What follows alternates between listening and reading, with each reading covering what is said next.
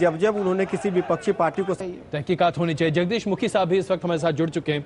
मुखी साहब, आपकी पार्टी को दरअसल ये बात हजम होती दिखाई नहीं दे रही है कि आखिरकार अरविंद केजरीवाल कैसे सरकार बना रहे हैं और वो भी कांग्रेस के समर्थन के साथ और अपनी बात अपनी वाहवाही लूटते हुए भी जा रहे हैं। वाईपी सिंह साहब खासे नाराज, उन्होंने अपनी नाराजगी स्पष्ट तौर पर सामने रख दी है। आप क्या कहते हैं?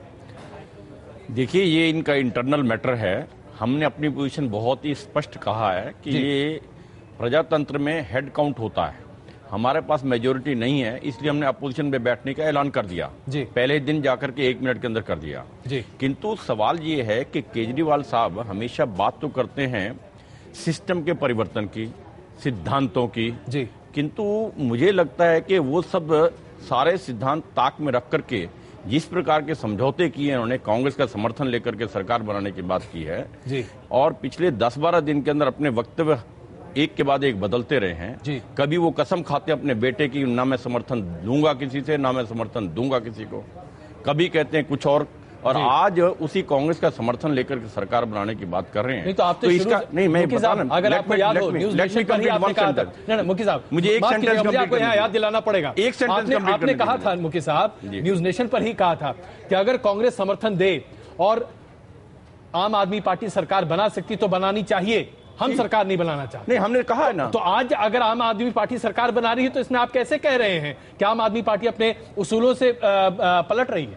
निश्चित रूप से मैं बता रहा हूँ जी, मैं ये कह रहा हूँ, मैं मेरी बात सेंटेंस पूरा, ये आपका सवाल नहीं उठता यदि मेरी बात सुन लेते तो।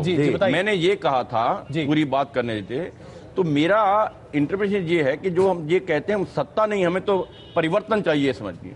इसका मतलब तो ये है कि केजरीवाल साहब स्वयं सत्ता की सबसे ज्यादा भूख नजर आती है मुझे उनके अंदर, ये इस बात को स्पष्ट करता है। नहीं तो आपने तो सरकार बनाने से इनकार कर दिया, तो उनके पास क्या रास्ता था? आप इसी वजह से तिल मिला रहे हैं कि कुर्सी आपके नीचे से निकल गई। नहीं, हम तो केजरीवाल ने डेडलॉक को खत्म करके कांग्रेस का समर्थन मिलने से पहले, कांग्रेस का समर्थन मिलने से पहले हमने स्पष्ट किया है कि हम नहीं बना के नहीं मिली। नहीं, 32 सीटों के बावजूद आपको जब हमने पहले बात ना की होती, आपको परेशानी है,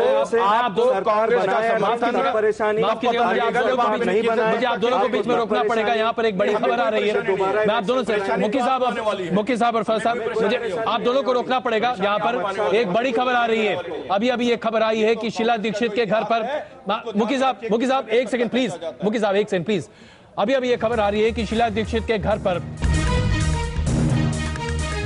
मैं रिक्वेस्ट करना चाहूंगा कि मेरा दूसरा शो है प्लीज। जरा आलोक जी बस 2-4 मिनट अगर आप हमारे साथ और रुक जाएं, क्योंकि मुखी साहब की प्रतिक्रिया क्या है, इसके जाने बगैर अगर आप चले गए तो मजा नहीं आएगा। मुखी साहब देखिए, ठीक कहा इन्होंने, कांग्रेस का ट्रैक रिकॉर्ड है, वो समय आने पर वो जानबूझ के समर्थन दे इसलिए रहे हैं कि इनको परेशान करना है। सरकार बना करके किस टाइम उनके नीचे से दरी खींचनी है ये उनको अच्छी तरह पता है। ये मेरे लिए तो न्यूज नहीं है जो आप बता रहे हैं, यहाँ तो जो मैं देख रहा हूँ मेरे लिए न्यूज नहीं है। मैं तो पिछले चैनल पे बोल के हूँ, तब ये नहीं था। मैंने कहा किस टाइम हटाएंगे आपको पता नहीं लगेगा। मेरा तो वही पहली बात बताना चाहता हूँ, जब अनप्रिंसिपल तरीके से आप इस प्रकार के सरकार बनाएंगे उसके तो यही नतीजे निकलने वाले हैं। आरोप इस समय पर जो लोग दे रहे हैं ये बहुत ही संकीर्ण मानसिकता का परिचय है। अनप्रिंसिपल नहीं है, मैं आप लोगों को शाबाशी देनी चाहिए। अरविंद केजरीवाल सरकार नहीं बना रहे थे, 28 सीटें लेके तब आप परेशान थे, दोबारा इलेक्शन करा रहे हैं। अब उन्होंने चैलेंज को कबूल किया है, बीजेपी मैदान छोड़ के भाग गई। उन्होंने कहा दिल्ली वालों को, दिल्ली वालों से किया है, आप दोबारा इलेक्शन हम सरकार नहीं बनाएंगे, खरीदो फरोख्त नहीं करेंगे, हम जोड़ तोड़ की राजनीति से सरकार बनाने के हक में नहीं है।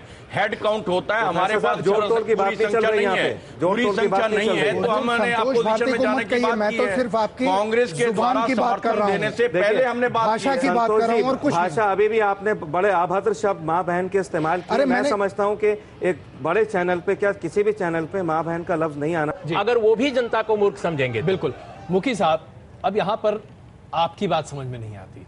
अगर सरकार बनती है तब भी आपके लिए मुश्किल की स्थिति है, क्योंकि वाकई में इसके बाद फिर जब तक सरकार गिरती नहीं है आपके मुश्किल नहीं है। आप विपक्ष में रहेंगे, मुश्किल क्या है? अगर सरकार ने स्वीकार किया, हमने सरकार अगर नहीं बनती, रोल को स्वीकार कर रहे हैं। अच्छा मुखी साहब, अगर मान लीजिए सरकार नहीं बनती है, जाहिर सी बात है ऐसे में चुनाव होगा, और चुनाव के लिए आप तो तैयार हैं?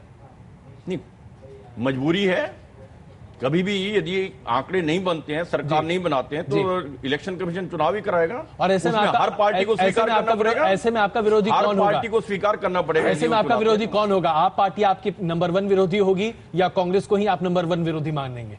मैं तो अब भी कांग्रेस को विरोधी मानता हूं जी। आम आदमी पार्टी तो सुनामी की तरह से बिना उसके आए हैं, उसी तरह से 15 मिनट समाप्त हो जाते हैं, वो वाली पोजीशन है इनकी। लेकिन सर माफ कीजिएगा, जनादेश हमारा आज भी हम कहते हैं कांग्रेस सर एक सेकंड सर, जनादेश जो इस बार का है उससे ये लगा है साफ साफ कि नरेंद्र मोदी जो इनकी पार्टी मंत्री पद इसी पार्टी से होगी, आप भले कांग्रेस को कहें या किसी और को कहें। साहब आम आदमी पार्टी ये लंबी चलेगी। अगर दोबारा एक एनजीओ मान के ट्वीट किया था, अगर इलेक्शन दोबारा हुए, एनजीओ मान के ट्वीट किया था, ये भ्रष्टाचार के खिलाफ बात कर रहे थे, दोबारा हुए बोलने तो आपकी सीटें आप हर एक को डिस्टर्ब करते हैं, कांग्रेस की भी सीटें हर एक को नहीं बोलने देते। सर एक सेकंड, मैं ये कह रहा था, हमने इन्हें एनजीओ ट्वीट किया जी, हमने कहा ये भ्रष्टाचार के विरुद्ध जो हमारा एजेंडा है उसकी बात कर रहे हैं, करने दीजिए ना।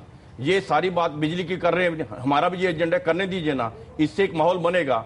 किंतु हमारे असेसमेंट में कहीं गलती रही होगी, हम उसे स्वीकार करते हैं। आज ये पॉलिटिकल पार्टी हैं तो हम उसी तरह का विरोध करेंगे, इनकी भी परतें खोल खोल कर रखेंगे जैसे हमने कांग्रेस की रखी हैं। हम लेवल पे ट्वीट करेंगे।